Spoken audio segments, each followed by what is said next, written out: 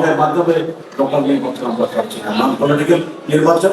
আমাদের কথা স্পষ্ট, অত্যন্ত জরুরি রিফর্মসগুলো সেরে যত তাড়াতাড়ি সম্ভব নির্বাচন দেওয়ার জন্য এটা হচ্ছে আমাদের দাবি।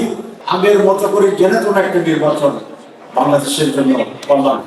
সকল সংস্কার ছেড়ে নির্বাচন, এটাও এত সময় দেওয়া সম্ভব না। Election is reforms is a continuous process. আমাদের তো অনেক বড় বই দিচ্ছে, আমরা কাজ করতেছি, আমরা প্রত্যেকদিনই বসি রিফর্মস প্রপোজাল দেখার জন্য। কিন্তু কতিপয় বিষয় আছে যেখানে নির্বাচনের জন্য, ভবিষ্যৎ রাজনীতির জন্য অত্যন্ত জরুরি। আমাদের কথা স্পষ্ট, অত্যন্ত জরুরি রিফর্মসগুলো সেরে যত তাড়াতাড়ি সম্ভব নির্বাচন দেওয়ার জন্য এটা হচ্ছে আমাদের দাবি। জীবনের সব আয়োজন এখানে একসাথে।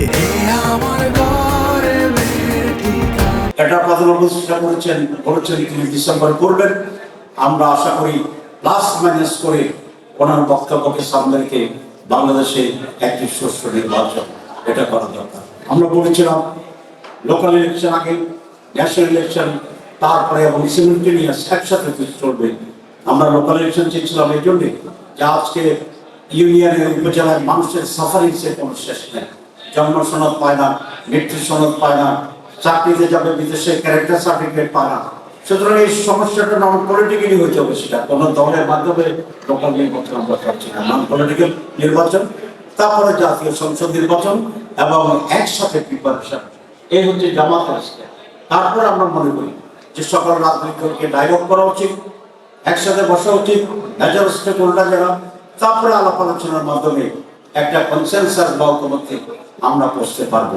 তাহলে ইনশাআল্লাহ এই বাংলাদেশ ত্যাগ করে যেটা আমরা পেয়েছিলাম, নতুন বাংলাদেশ, সমৃদ্ধ বাংলাদেশ, মানবিক বাংলাদেশ, বাকযোগ্য বাংলাদেশ, শিক্ষিত বাংলাদেশ, সেটি আমরা আমাদের প্রজন্মের জন্য রেখে যেতে পারবো, দায়িত্ব পালন করতে পারবো।